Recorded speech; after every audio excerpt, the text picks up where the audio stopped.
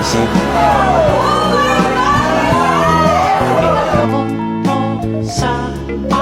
Para po si Miguel. Kasi super, nakasmile po kasi siya kanina, so hindi ko rin po mapigilan yung sarili ko, nakasmile din po ako.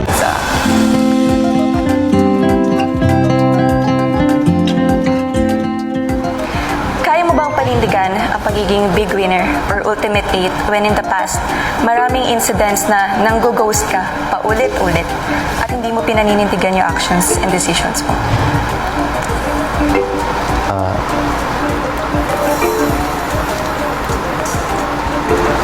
Hindi ako makapagsalita. Ngayon siguro, I knew what I did was wrong. So I wouldn't do it again. And ngayon, papanindigan ko yung spot ko sa Ultimate 8 para mapabilang sa Big Night. Kasi ang dami ko din na naging pagkakamali dito sa bahay, including mga pagkakamali ko sa'yo.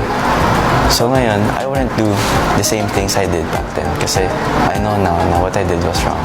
And I would never do that again to you.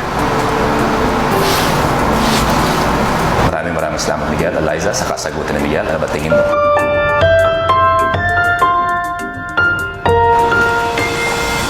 Truth. Eliza, maraming salamat. Bye-bye. Miguel, pwede ka na humarap. Miss you. Miguel, Sorry, did you say miss you?